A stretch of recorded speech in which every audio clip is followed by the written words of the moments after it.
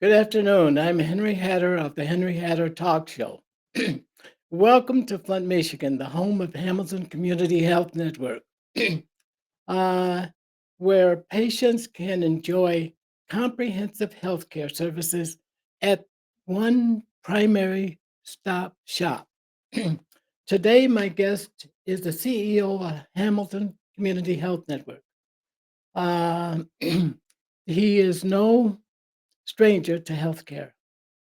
Uh, his name is Clarence Pierce. Clarence, welcome. And Thank you. thank you for agreeing to come on the show today. Well, thank you, My Henry. voice is a little raspy. I hope you'll forgive me for Oh, that. that's fine. Tell us a little bit about who Clarence Pierce is and what is the strategic things that made you a great candidate for the choices of the people who selected you 25 years ago. Yes, Henry. Uh, just a little bit about me. I come from a very humble beginnings, Henry, and was fortunate enough to get a scholarship to college. I went to a little college there, Mississippi Valley State in Itta Bena, Mississippi. You may not have heard of it, but fortunately, getting that scholarship allowed me to actually access a number of opportunities I would otherwise have not been able to access. One being, I was able to join the United States Marine Corps, and upon completing my degree, I volunteered and went through the Officers Candidate Training Program in Quantico, Virginia. Upon graduating from that, after 5 years, I decided that if I was going to make a career in the civilian world, I needed to do it then because to go any further would mean I would just have to stay and try and retire. So I decided to move on, and I'm happy I did. Having a family, we did have our second child while I was in the Marine Corps, and decided to try my skills at the civilian world. And And what was that? What made you develop the skills and get the experience to be the selected candidate for this job 25 years ago? well, I think uh, What uh, did you bring? well, a number of experiences I encountered during that stint I had in the Marine Corps, the leadership skills I learned while there, moving on into the corporate world, in management, learning those leadership type skills, I think prepared me for this role. And I was well positioned at the time when I took on this challenge. And I think the results will uh, explain why that happened. Well, Clarence, on behalf of the staff, on behalf of myself, the staff, and the audience out there that's watching this show, thank you for your service. Well, thank you. Thank you Well, very much. here is a note I received from one of the critics. It says, some critics consider Hamilton to be one of the most effective and well managed healthcare institutions in the country. Although it's primarily focused on primary care, it stands out as one of the best managed Black operated institutions in the field that raised most of its investment capital in addition to its annual um, grant. How Mhm. would you respond to that comment? Yes. Well, we only receive about And may I ask you, can you persuade this audience that what was stated here is closer to the truth than not? absolutely. Okay. Uh, we uh, have a mission to provide not only primary care, but uh, quality, comprehensive primary care to the community. And in so doing, our program is designed to provide services for the entire uh, community and the whole person. What I mean by that, Henry, is we see all patients, and to put it in this vernacular, from cradle to grave, meaning from infants all the way through our most senior population. In addition, we provide dental services for the population, along with specialty care. We have a collaboration with the University of Michigan. We provide urology services, and we have a women's health care program. And Clarence, we got a lot to cover, and if I cut you off, it's only because I have to move on to a lot of okay, that's questions fine. that people want to hear from you. Yeah. hmm And I appreciate what you just focused on. But how is your leadership style? How does your leadership style differ from other major leadership styles? Do you encourage your subordinates or your peers to be the best at what they do, um, to empower them so that, or do you have a different leadership style? Well, yeah, I do, Henry. And, learning a lot about leadership while in the Marine Corps, I think here again prepared me for this role. Now, I understand that we're not uh, as autocratic as we are in the Marine Corps. And so I think that you have to be flexible in your style of leadership in the corporate world. What I mean by that is there are times when I will expect participatory or democratic type leadership.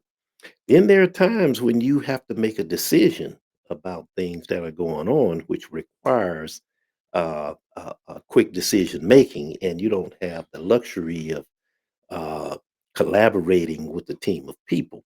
So I'd like to think that uh, you have to be flexible enough in a leadership position where, depending on the situation and the challenge at hand, where you can at times work with the group and invite that participation. But then there are times when you have to go ahead and make the decision, and your team has to be confident enough in your decision making that they will move forward with it as you have really designed it. Well, thank you, Clarence. That's a great response. Now, what are your primary responsibilities? What does a CEO of a major healthcare center do? You might want to turn to your job responsibilities. Just kind of quickly summarize that in 1 minute. Well, Henry, being a CEO, you have a lot of bosses, so to speak. Not only the board, you have the community, the federal government, the state government, and all the regulatory agencies who are looking at your program to ensure that you're doing the things in accordance with the regs. And so, my responsibility is first and foremost to run the organization in a most efficient way, and to do that in a safe, responsible manner. And in that, it means communicating with a lot of different people, especially our patients, because they are our first and foremost responsibility. And we are uh, obligated to make sure that they're getting the best care that we can provide. Well, thank you, Clarence. A good response to that. Tell us a little bit about how your organization has grown since you first took on the reins 25 years ago. I want you to include what your financial statements look like. Mm. Well, how much value did was Hamilton worth at the time you took over, and compare that to what it's worth today? Well, as you know, Henry, because you were there when I was hired, uh, and when I came in, we had some financial challenges, as well as we had some challenges as it relates to patient care. Uh, and that required, number one, getting your financial house in order. And in so doing, we had to make some decisions about the things that we were going to do financially. We had to make sure that we were collecting the resources we had out there that unfortunately we were not getting. And so that meant getting the right staff on board to accomplish those things that needed to be done. And we had to do it quickly because being in a financial strap type situation, you don't have a lot of time. And so we moved very quickly to one, get the finances in order. And once we got that done, we focused in on getting the appropriate primary care providers in place so that we could provide the care that is needed and getting our debt under control. And so, taking all those three things into consideration, we had to move quickly in getting those things done and was able to do that fairly quickly. I'm happy to say within the first year, we had everything stable. And then we started to build on what we had to do going forward. Clarence, I remember those days, and I was perhaps one of your outspoken critics. And had I been there when you were first hired, I may have overlooked you being the mutant gene. But I'm so glad that we hired you because I see the light now. And we have moved in astronomical ways, and you have taken the board where it wanted to go. The board had set up standards, and the old guys that were there, many of them are gone now, who set up Hamilton, they were very much different than many of the people today. They didn't look at themselves as poor people, and they didn't want Hamilton to be poor. And they knew that they had, and many people complained about the poor healthcare responses they got from the regular five hospitals that were here. Many of the patients complained because they weren't as hospitable, didn't have good bedside manners, and they complained about it. And they must have talked to you about the same thing. And so even you had two things to deal with when you started this organization as a CEO. One is you had the people who said, who were Black patients said, well, I'll never go to Hamilton because it won't be well um, financed. It will be a poor organization, and therefore we would not get good services. And then you had on the other side strong, powerful hospitals, five of them, that were competing for the same patients that Hamilton had hoped to encumber. And we thank you for that kind of effort. And you have helped that come true. You want to comment on that? Yes, very much, Henry. As a federally qualified health center program, our primary target is our medically underserved patients, which we have about 60% of our patient population. Of course, Medicare is another group, which is about 18%. Then we have commercial patients, and we have a number of self pay patients. And what that does is allow us to see everyone, regardless of their ability to pay. We turn no one away. And for those who may be in what we consider to be that donut hole, where they make too much to qualify for Medicaid and they don't make enough to be able to afford private health insurance, we provide them with a discount scale so they can still access care at a much reduced cost compared to what it would cost them at any of our other uh, private practitioners. And so I think we're unique in that way. And we also have other benefits that they can access, such as we have a 340B program. If they need medications, prescriptions, we can get those things for them at a much reduced cost. And as we all know, blood pressure medicine, if you have diabetes or if you have some kind of illness like that, those medications can be very, very expensive. And we're able to provide it at a much reduced cost so it can be affordable and you don't have to choose between your next meal and getting your prescription.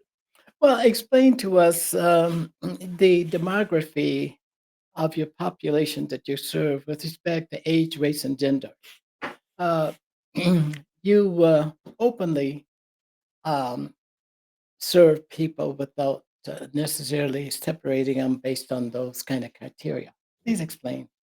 Yes, we, you know, don't uh, look at patients in any way other than they have a need. So when patients present, regardless of age, regardless of race, regardless of gender, we provide quality care for them. And any other services that they might need, we will ensure that they can get access. As you know, we have a good behavioral health program as well. And a number of our patients come in and need behavioral health services. So we make no distinction between age, race, uh, gender, any of that. We're only there to give patients the best care that we can give. I'm sure that many people who have been in circumstances where they experience the kind of situations that existed 50 years ago, 40, 30, you know, now feel very comfortable that Hamilton do exist. The American people have waited around for Hamilton to rise for years and years. They wanted to see a Black organization rise, Mhm, to be able to be competitive mhm, and join the country and its processes as all others do, so that they benefit from the country and become part of it. And they want you to have established something that's as stable as the Constitution is. mhm, And, so, and to create something that would outlast your own generation and be a legacy to healthcare. mhm. We appreciate that about Hamilton, and we constantly see it growing. Would you like to comment on that? Well, yes, we've grown significantly, Henry, since I started. Uh, I started, of course, back in 2006, and since that time, we have expanded services into Lapeer County. We've recently expanded into the Whitmore Lake area, uh, and of course, we have added our Clio expansion. We have recently added a number two Burton location. And our major accomplishments, Henry, as far as I'm concerned, is our new build, our main facility, uh, 31,000 square foot facility that houses all our primary care services, along with specialty, dental, pharmacy, OBGYN services, and a women's health care program, along with behavioral health. That's Hamilton, Maine, right? That's Hamilton, Maine. If you haven't seen Hamilton, Maine, I would urge anybody to go in and take a look at an institution that's second best to no hospital or any other kind of healthcare institution in Flint, Michigan, South Saginaw Street. Yes. It is a beautiful facility. We keep it that way, and we have some quality providers there. I think that any of our listeners who are interested in accessing care would be more than happy to access care at that location, along with our other locations, Henry. They all Oh are yeah. top How many? notch. You have five altogether, right? Well, No, six, we have nine now, nine. Okay. Wow, soon you're to be growing 10. faster than I thought you were. Yes. Yeah. Where might that 10th one be? That's going to be on the east side, over on this side of And town. that'll serve a demographic of that's not typical of Flint, right? That's correct. Our service area will encompass the outskirts of Davison, Flint Township, uh, the overflow in Burton, and of course, all of the east side of Flint. This is what a great organization with great leadership can do. It was initially assigned the service area of 48503, 48504, and 48505, and 48454, right? Right, that's correct. That would be Mhm. Mount Morris. Now it's serving the donut around the city of Right. Flint. Yes. That's a great legacy to leave behind. Um, let me ask you, Mhm. has Hamilton ever faced indiscretions, poor judgment, or theft that may endanger its future uh, reputation? Well, let me say, Henry, we did have some challenges before my arrival. I'm talking about after your arrival. Yeah, since I've been here, we are a top-notch, A grade operation. We are Joint Commission accredited. And that Joint Commission accreditation establishes us as a quality organization with no deficiencies. Uh, we also have passed all of our operational site reviews with the feds. They conduct those on a 3-year basis. We have our annual single audit done annually. Um, we have a top notch, the highest rated audit you can get. And we have established ourselves as one of the best running organizations in the county, I would say in the state, because we are financially in great shape, uh, and we do everything in accordance with the rules and regulations. And what a great testimony that is, because there are many institutions that find themselves just the opposite. And being the organization that you are, and being a Black organization of one of color, where there's often found indiscretions that go on with theft and stuff like that. Mm. You've kept your organization above the fray of that. And that says a lot about the institution. Yes, well, it's critical that we do that, Henry, because when I look at the organization, I look at we're not just there uh, for us. We're here for the people.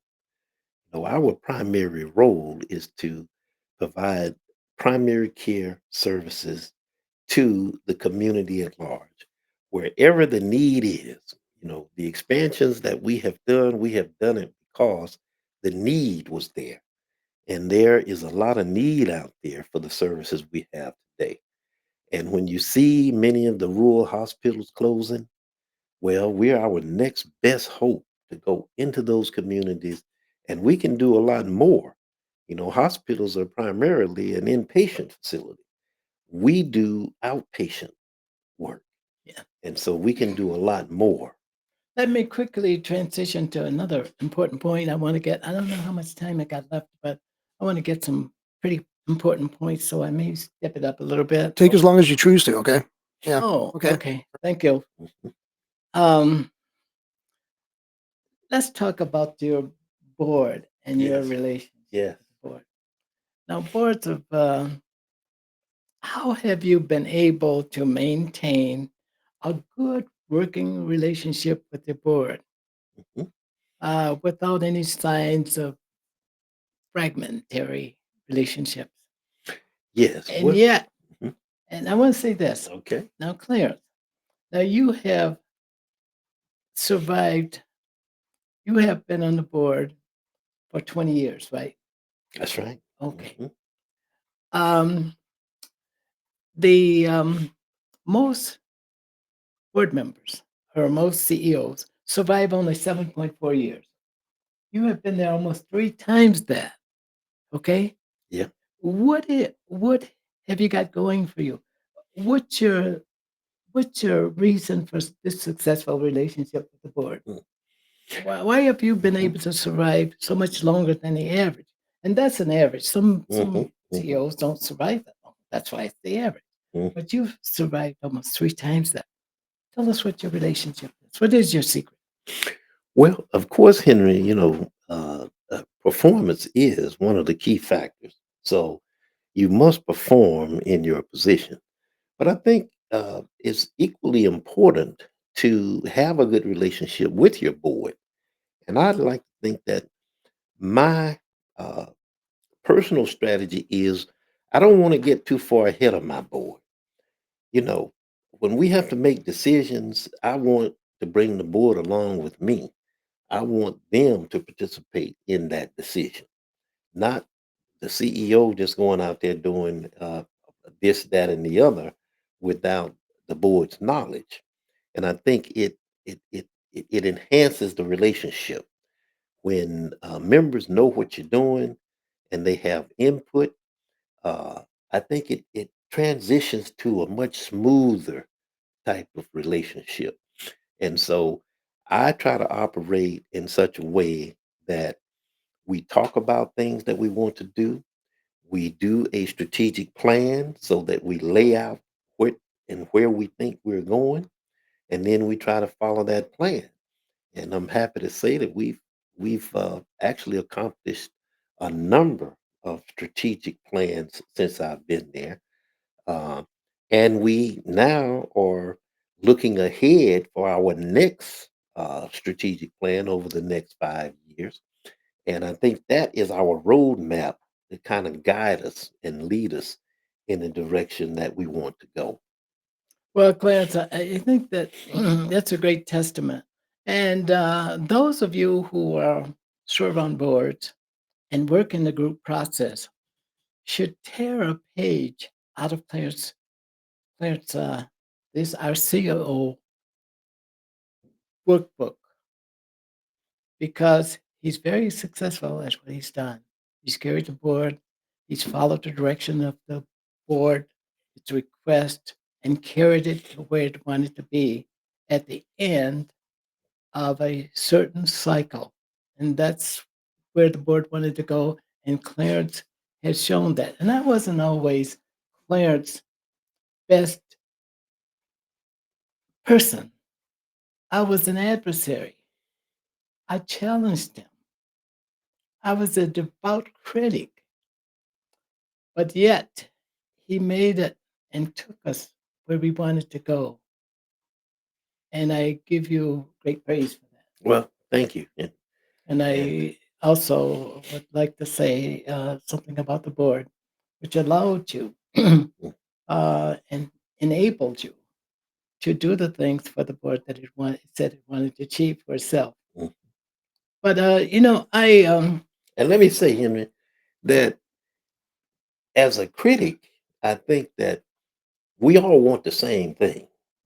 We all want to have an organization that's doing good things in the community, is running efficiently, providing the services that we are charged with providing, and doing the things that need to be done. Now, sometimes we see it differently in how we want to achieve those things. And so, for me as a CEO, it's my job to work with those that may be critical to see if we can find common ground. What can we do to work together? Because at the end of the day, we all want the same thing for the community. well, thank you. And now that prompts another important question. And some of these Okay. questions are really testy. Okay. Okay, and and that is now with all that you have achieved for Hamilton, survived 20 years or more, took the board where it wanted to go, Mhm. achieved a lot of successes. You've been your own source of marginal difference that made it successful. Generally, that's between three people. But here you've made it in such a way that is credible. And we owe that to you. But now, when we get ready to replace you, Clarence, um, candidates will not have survived and achieved all that you've achieved for Hamilton. And and looking ahead and just thinking through the process, we could never replace you. We can never replace another person at the same level of income. And those are the kind of things that we need to think through. Mm. Have you thought through that? What we have. Well, let me ask you this first. Mhm. Do you have a succession plan? And or is that left primarily to the board? Or do you work through it together? Yeah, well, we worked through it together, and probably Henry 5 years ago, we developed a succession plan, uh, and we review that succession plan. In fact, we're in the process now of looking at our bylaws, and we just kind of go over all of the uh, succession plans and things that we need to ensure are up to date.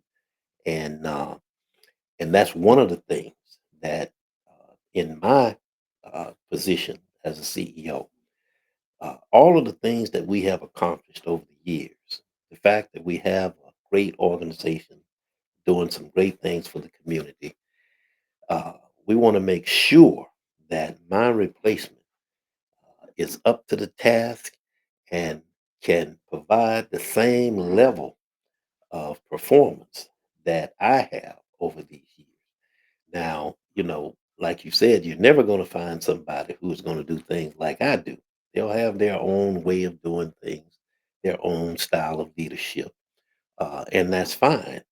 But they, there are a couple of ingredients that must be there, and that is you have to be a dedicated, hard worker, uh, willing to sacrifice nothing as it relates to quality health care, giving the community your all in all and providing the best health care that can be done, and giving your board the kind of uh, uh, understanding and willing to work with them, uh, despite sometimes people may not have the knowledge that you have as it relates to healthcare, uh, and may ask questions. You got to be patient.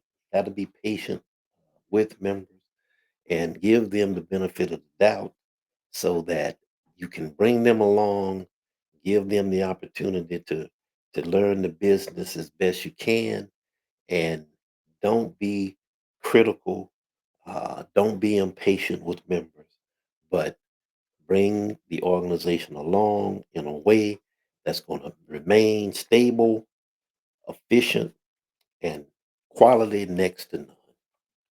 Well, Clarence, you know, last year I think it was, we had my exchange student from Clio. Mm, He was yeah. here, and he said, and I believe that you guys offered him a job.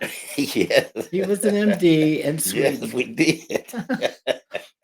But he thought about it, and he's still thinking about it. But Yeah. he'd have to move here to do the healthcare job, and they get a lifetime retirement and taken care of there. Where in the United States, it's all competitive and different. Mhm. But when I see him next, or when I call him next, I'll Yeah. tell him that job is still open. Still open. Okay. Yeah. Okay. Well, I want to talk about staff training real quickly. Mhm. Um, how do you ensure that the professional staff on the board receive the most up-to-date, uh, comprehensive training to make them the kind of, of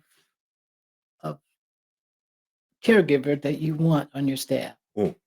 Well, as you know, Henry, our board members, when they come on board, we do a in-house orientation, but we also have them attend the National Association of Community Health Centers board boot camp. And typically, that will be at one of the conferences, one of our annual conferences, and it's an all-day session. They will be with a number of other new board members that are joining the boards, and they learn a lot in that one day. And in many cases, you don't retain a lot, but at least you get a good understanding of what your role and your responsibility is as a board member. And we reinforce that when they get back uh, into uh, the community. And the Michigan Primary Care Association also reinforces that at the state level. So we have essentially three levels that they will be educated. And that is our local level from the health center itself. Then, of course, our federal level, which is NAC, National Association of Community Health Centers, and then our state association, which is Michigan Primary Care Association. And we're members of those two organizations, and they provide other benefits to us in terms of education for our staff and our board. Now, as it relates to our providers, they come to us with the credentials, and what we have to do is make sure that they have those credentials. That'll trust but verify. So we have to make sure that those credentials are real, and then we present these providers to our board. Uh, and as you know, Henry, our board is broken up into certain segments. One is a quality, and the quality and credentialing does the uh, uh, provider credentials, and then they make a recommendation to the full board to accept those providers that the staff bring to them for uh, ratification.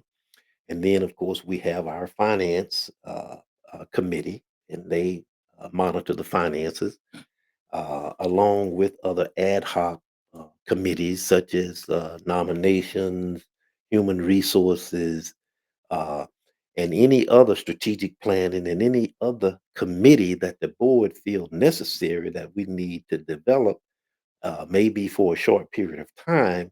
And then once their work is done, then that board will then go into silence.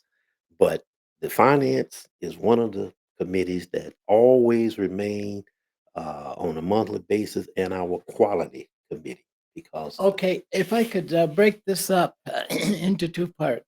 Now, the board itself is responsible for policies and procedures development, yes. and it's also responsible for approving financial Mhm, matters.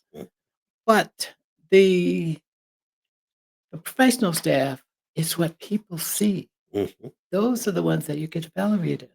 How you treat your patients, whether you have a high uh, loss of mhm, children due to the lack of health care mhm. in your service area. Those are the Yes. things that they look at and evaluate you on.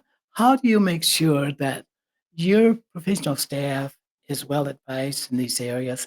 Because these things change all the time.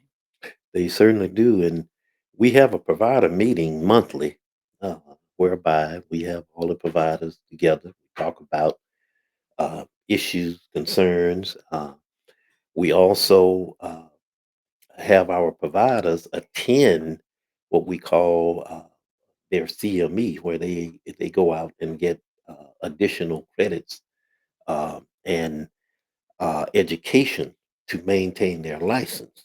Uh, and what we do as a collective group is we also do satisfaction surveys uh, to get some sense of what are the patients, what are they saying, what are they feeling, and I Yes, think let me ask you, that prompts another question. Now, you say that you do all of this for your patients, but do your patients, through your evaluation forms that you distribute when they come in as a guest or as a patient, they feed back information to you. Are they thanking you in such a way that you can sense that you're making progress in the world, that you're mhm. accomplishing goals, and that you're pleasing your public, and they are living longer, and all of that stuff? So please respond to that. The patients respond to you with a positive attitude toward your leadership and your staff. Yeah, they do, Henry, and like any kind of business, you're gonna have those outliers that may have run up against some kind of issue. When you serve as many people as we do, we have about 26,000 patients in our compliment. And so, quite naturally, you're not going to please everybody, but the vast majority are more than happy. Occasionally, we will get a complaint as relates to maybe the phone system or some other concern someone might have. But the way we deal with those complaints is one, we make contact with the person uh, to, to one find out what happened as best we can. You know. Okay, Clarence, I ask you a couple more questions, and then I got to cut it down. Okay. We've come to the end of our time, and real quickly, how do you assure that you access vulnerable patients who don't live close enough, who don't have the transportation, who may not be able to keep appointments and stuff that? How do you ensure Medicaid and Medicare, the government provided insurances, that you're doing your best to make sure you service those people? Yes. Well, there is a list of Medicaid patients at the state level. And with the Medicaid managed care programs today, they are assigned into a program. Either they have to make the assignment themselves or they will assign you into a program. So, for the most part, we're working with those Medicaid managed care programs and the state to get every Medicaid patient out there into our program.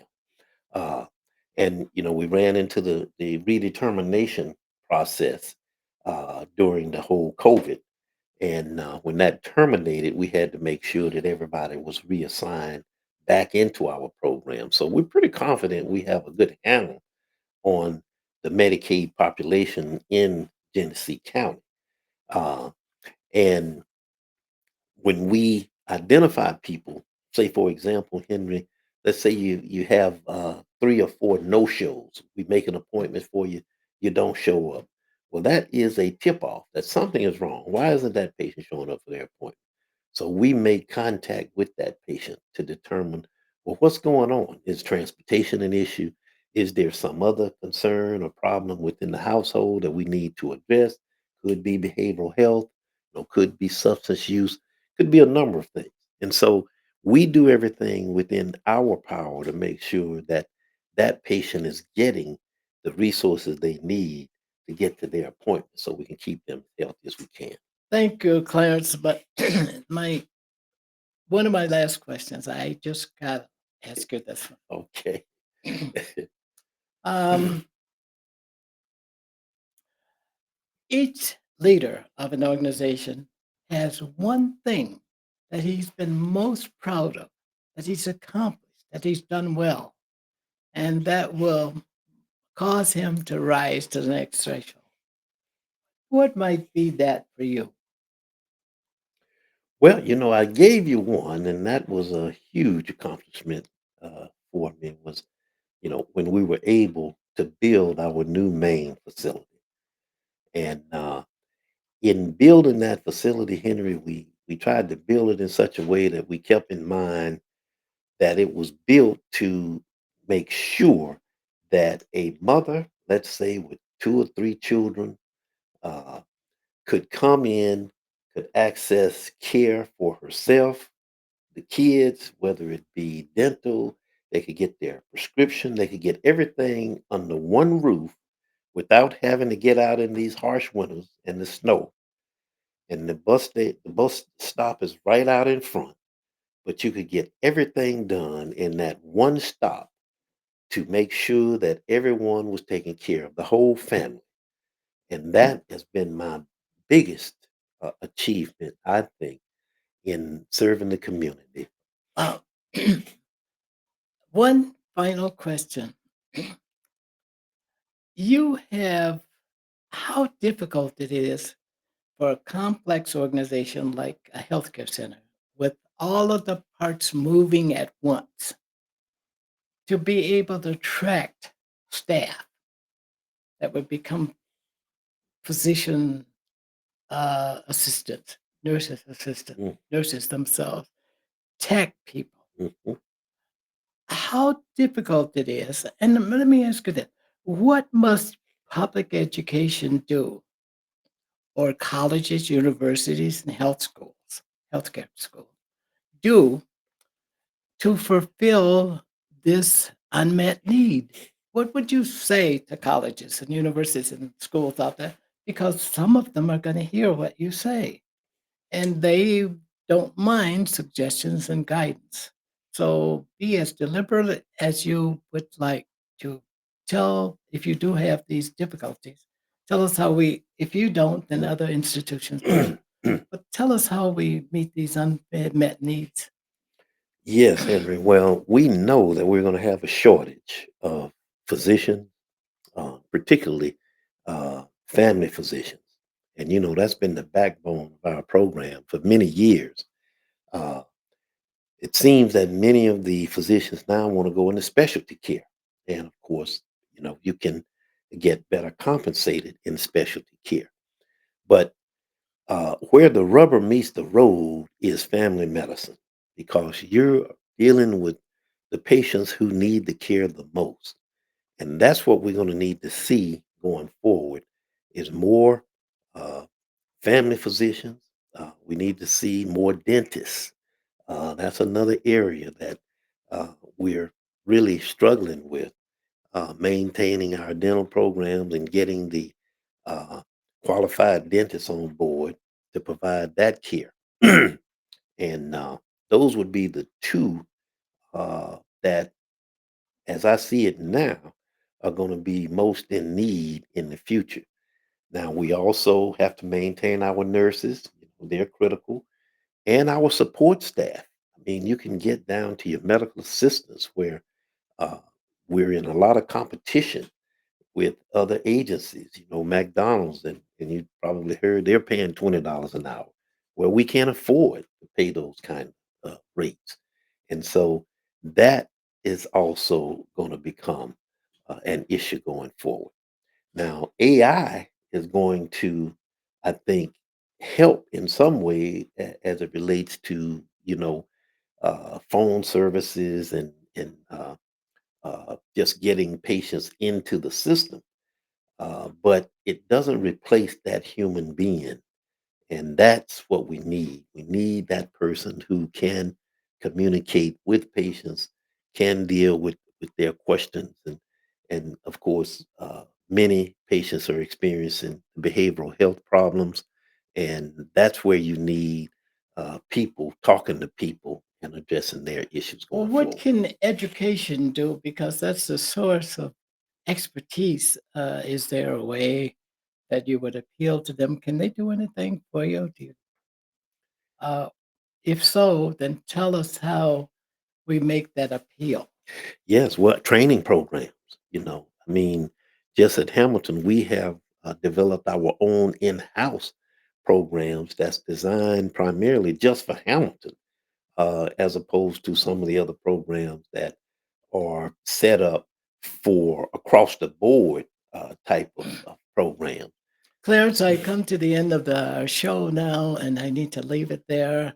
But I appreciate the great remarks from you. I'll give you 60 seconds to summarize um, your your views here and make an appeal to the public for what kind of things you need, because all of your responses have suggested that there are other things, there are weaknesses in the system, and there are other things that we can be doing to make Hamilton Community Health Network a much better system than what it is right now. And you might want to make an appeal to the public to perhaps donate to an investment fund or some kind of fund that makes an endowment fund that would help to ensure the long-term stability of Hamilton will still exist in the future. Well, thanks again, Henry, uh, for inviting me today and talking a little bit about our program in Hamilton and the things that we do as it relates to patients' health care and how we can uh, keep the community educated about what we do. Uh, Looking out, our primary concern is making sure that uh, people are accessing the healthcare system. There are so many people who are not getting the health care they need because, in many ways, they don't know about it. So, we want them to know that Hamilton Community Health Network, which we have a site somewhere in your general location, if you're in the Flint community and certainly the surrounding areas, Lapeer, Whitmore Lake, we're in your locations. And so, please seek us out and we're happy to provide you with the best quality care. Now, if anyone has any issues or any concerns, feel free to give us a call. Our number is area code 810 406 4246. That will get you into our operators and they will uh, transfer you to the appropriate department uh, so you can speak with someone directly. Uh, Well, I got to leave it there, Clarence. Thank you. You've been a great guest, and I'm sure that the folks out in who were watching this program today really enjoyed your presentation, and it was worthwhile hearing. It has substance, relevance, and believability. So I hope that we can invite you back again, yes, and you will come back and inspire our audience to again become engaged and to improve the quality of life in your community under the dominance of Hamilton Health Community. Thank thank you, you. Clarence. Thank you. I appreciate you. Until next time, stay focused. We'll